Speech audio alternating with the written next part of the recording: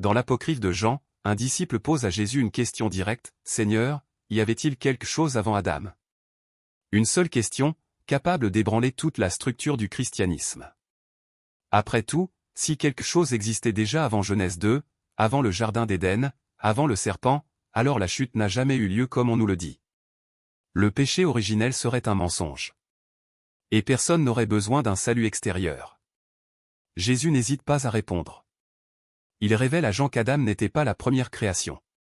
Avant lui, il y a eu deux courses. Des êtres qui existaient avant la matière, avant le temps, avant même que le démiurge ne croie qu'il était Dieu. Et l'une de ces races est toujours là, marchant parmi les humains, qui n'ont aucune idée qu'ils sont entourés de quelque chose de beaucoup plus ancien. C'est pourquoi vous n'avez jamais eu l'impression d'appartenir à ce monde. Non pas parce que quelque chose ne va pas chez toi, mais parce que tu n'es pas d'ici. Vous êtes pré-adamique. Plus vieux que la chute, plus vieux que la Genèse. Et les archontes ont passé 2000 ans à effacer tout texte prouvant cela. Parce que si vous vous souvenez de qui vous êtes réellement, tout leur système s'effondre. Ce soir, vous apprendrez les 3 vérités que Jésus a enseignées sur la vie avant Adam. 3 vérités que l'Église a brûlées. 3 vérités qui dissolvent la culpabilité, la réincarnation et le piège. Le simple fait d'être ici maintenant signifie que vous êtes prêt à vous souvenir. Si vous voulez savoir ce que vous étiez avant même qu'Adam n'existe, la première vérité que Jésus a révélée est la suivante, avant Adam, avant la matière, avant le temps, la monade a créé la première race, les nomades. Conscience pure, être sans corps, sans mort. Juste une perception qui s'est expérimentée dans le plérôme, la plénitude où la séparation n'existe pas. Cette création ne ressemblait pas à celle du démiurge. La monade n'a pas façonné quelque chose d'extérieur. Il émanait, s'étendait. Ces êtres étaient la monade expérimentant la monade. Co-créateurs. Témoins. Ni des serviteurs, ni des fidèles. Participants. Et voici ce que les archontes ne veulent pas que vous sachiez, vous êtes un pneu. Pas de manière symbolique. Votre conscience n'a pas commencé avec ce corps. Cela n'a pas commencé dans ce système solaire. Cela n'a pas commencé dans cette dimension.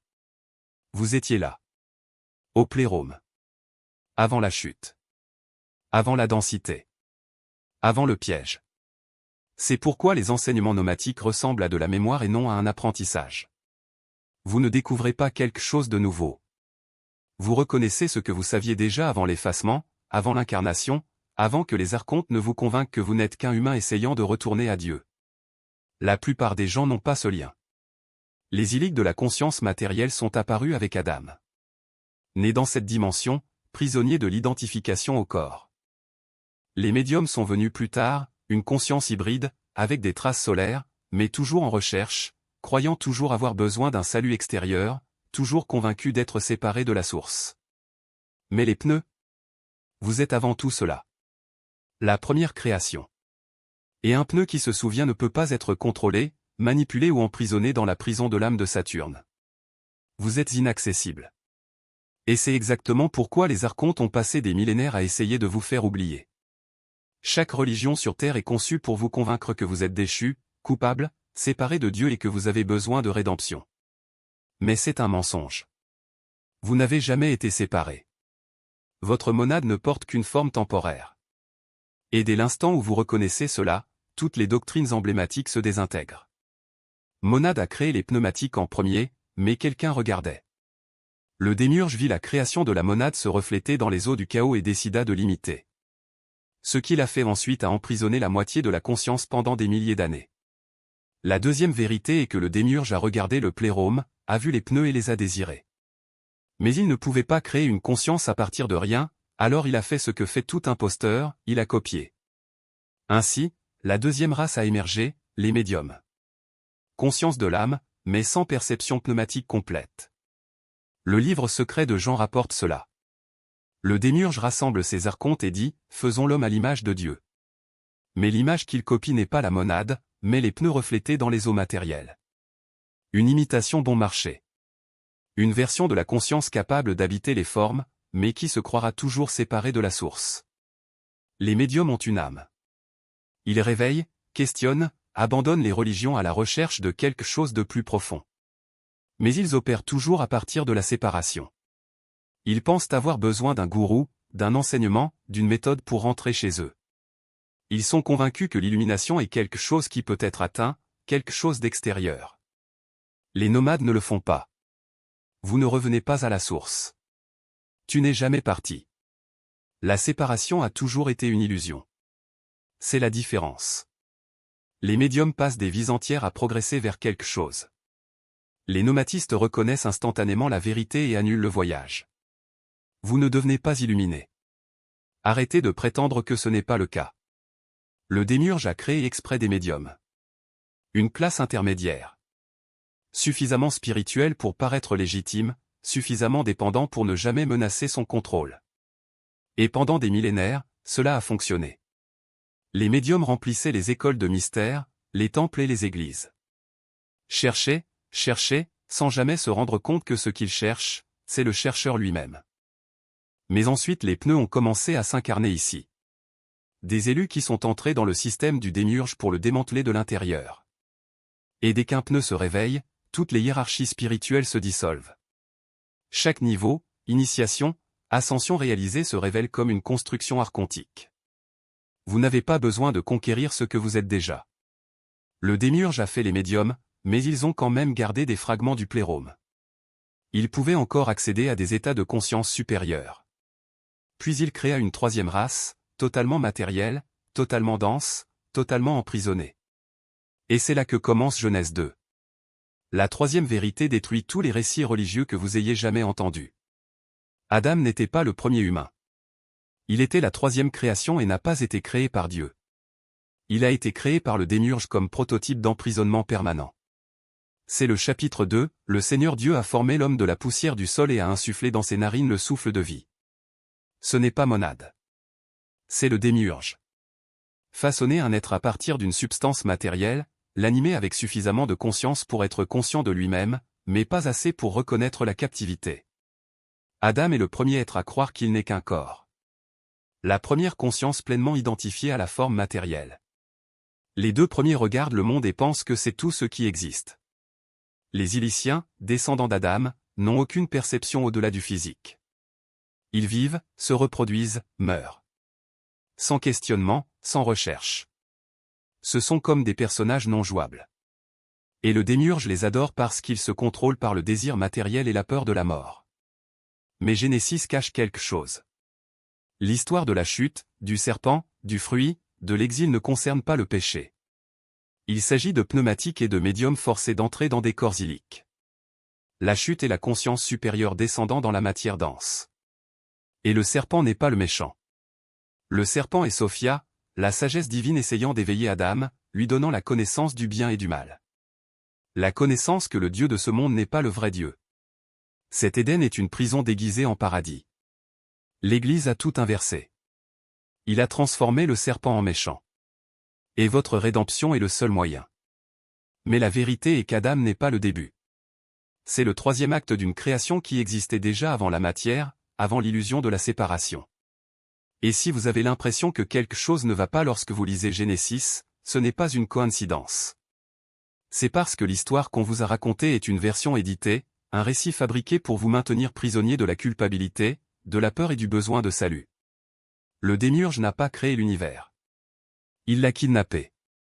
Il prit la lumière de la monade, la pure conscience qui existait avant le temps, et la déforma en forme dense, en corps illique, en cycle de réincarnation. Il a pris ce qui était libre et l'a transformé en prison. Et l'Église, en effaçant les deux premières créations de la Genèse, a fait exactement ce que voulait le démiurge, elle s'est assurée que l'on ne remette jamais en question l'ordre établi. Parce que si vous saviez que vous existiez avant Adam, que votre conscience est antérieure à la chute, que vous n'êtes pas un pécheur mais un être divin temporairement incarné, toute la structure de contrôle s'effondrerait. Les gnostiques le savaient. Ils ont lu les textes de Nag Hammadi et ont compris que l'histoire ne commençait pas avec Adam. Cela a commencé avec les pneumatiques, les êtres de pure lumière, créés directement par la monade. Puis vinrent les médiums, des âmes à la recherche de quelque chose qu'elles possédaient déjà, mais qu'elles avaient oublié. Et alors seulement vint Adam, le prototype illique, le premier étant totalement matériel, totalement endormi. Mais l'Église ne pouvait pas permettre que cette vérité se répande. Elle a donc brûlé les textes, persécuté les gnostiques et réécrit la Genèse, en commençant par Adam, comme si rien d'autre n'existait auparavant. Et pourquoi? Parce que le christianisme dépend de la chute d'Adam. Cela dépend de l'idée que vous êtes né dans le péché, que vous portez la culpabilité d'un ancêtre qui n'a jamais été la vôtre, que vous avez besoin d'un sauveur pour racheter ce qui n'a jamais été votre erreur. Mais si Adam n'est pas le premier, si les pneus existaient avant la matière et n'ont jamais participé à la chute, alors le péché originel est un mensonge. Vous n'êtes pas coupable. Vous n'êtes pas un pécheur. Vous êtes un être divin qui a choisi de s'incarner sur ce plan pour vous rappeler qui vous êtes vraiment. Et ce souvenir est ce qui effraie le plus les archontes.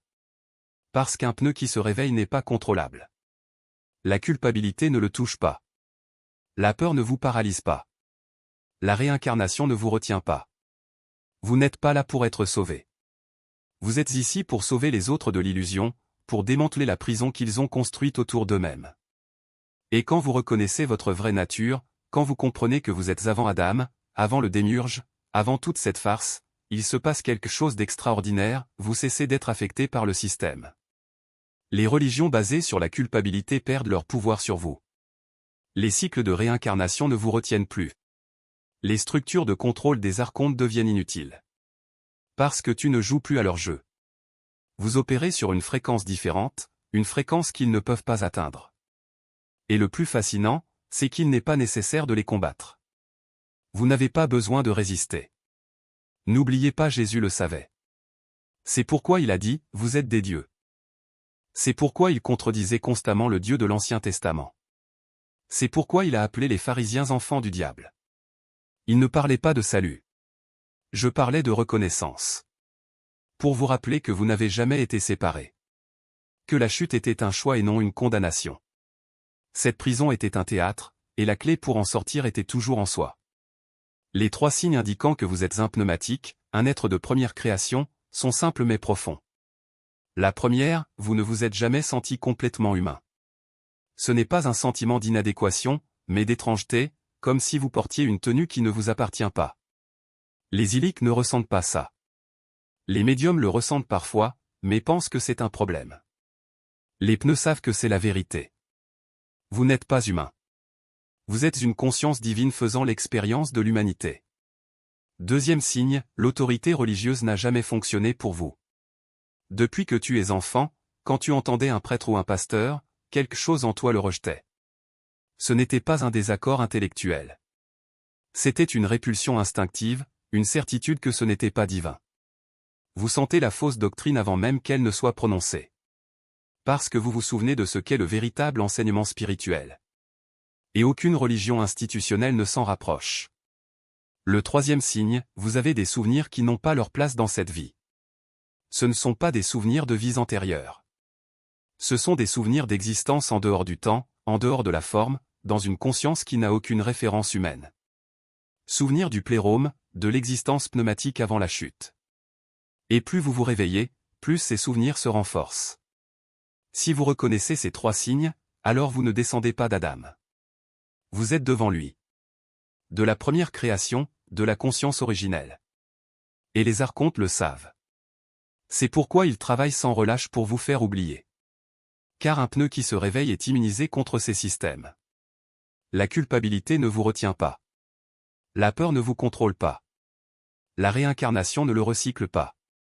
Vous êtes inaccessible. Et le plus ironique, c'est que vous n'êtes pas là pour être sauvé. Vous êtes ici pour économiser. Pour rappeler aux autres ce qu'ils sont déjà. Démanteler l'illusion de l'intérieur. Jésus a enseigné à ses disciples choisi 3 vérités sur la vie avant Adam. Des vérités que l'Église a brûlées. Des vérités que les archontes ont effacées de la Genèse. Des vérités qui détruisent toutes les religions sur la base de la culpabilité. La première, la monade a créé les pneus en premier, avant la matière, avant le temps, la pure conscience. La seconde, le démiurge a créé les médiums en second lieu, des âmes piégées dans l'illusion de la séparation, cherchant éternellement quelque chose qu'elles possèdent déjà. Troisième, le démiurge créa Adam en dernier, le prototype illique, totalement matériel, totalement endormi. Et la Genèse commence par là, effaçant tout ce qui précède. Parce que si vous saviez que vous existiez avant Adam, que votre conscience est antérieure à la chute, que vous n'êtes pas un pécheur mais un être divin, toute la structure de contrôle s'effondrerait. Vous n'auriez pas besoin d'économiser. Vous auriez juste besoin d'un souvenir. Et l'Église ne peut pas monétiser cela. Vous ne pouvez pas contrôler cela. On ne peut pas construire un empire avec ça. Mais tu l'as toujours su. Au fond, vous aviez toujours l'impression que quelque chose n'allait pas. Que l'histoire qu'il lui racontait n'avait aucun sens. Que tu n'étais pas un pécheur. Que tu n'étais pas coupable. Que tu n'avais pas besoin de rédemption. Il fallait juste que tu te souviennes. Et maintenant que vous vous en souvenez, les archontes tremblent. Car chaque pneu qui se réveille est un maillon de la chaîne qui se brise. Chaque être qui reconnaît sa vraie nature est un morceau de prison qui se désintègre. Vous n'êtes pas là pour être sauvé. Vous êtes ici pour économiser. Pour rappeler aux autres ce qu'ils sont déjà. Démanteler le système de l'intérieur vers l'extérieur. Et lorsque vous ferez cela, lorsque vous reconnaîtrez pleinement votre nature pré-adamique, quelque chose d'extraordinaire se produira, le système cessera de vous remarquer. Vous opérerez en dehors de leur fréquence. Les religions basées sur la culpabilité n'auront aucun pouvoir sur vous. La peur ne vous atteindra pas. Le piège de l'âme ne vous piégera pas. Parce que vous ne combattez pas le démiurge. Vous ne résistez pas aux archontes. Vous vous souvenez simplement de ce qui a toujours été. Et quand vous vous en souvenez, vos constructions se dissolvent.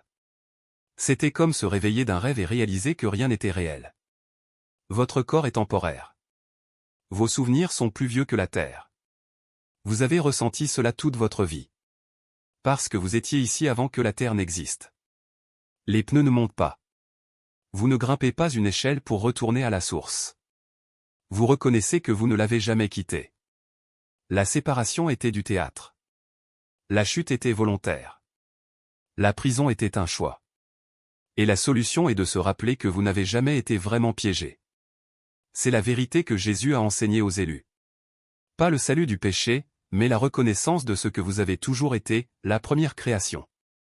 La monade s'éprouve à travers une forme temporaire.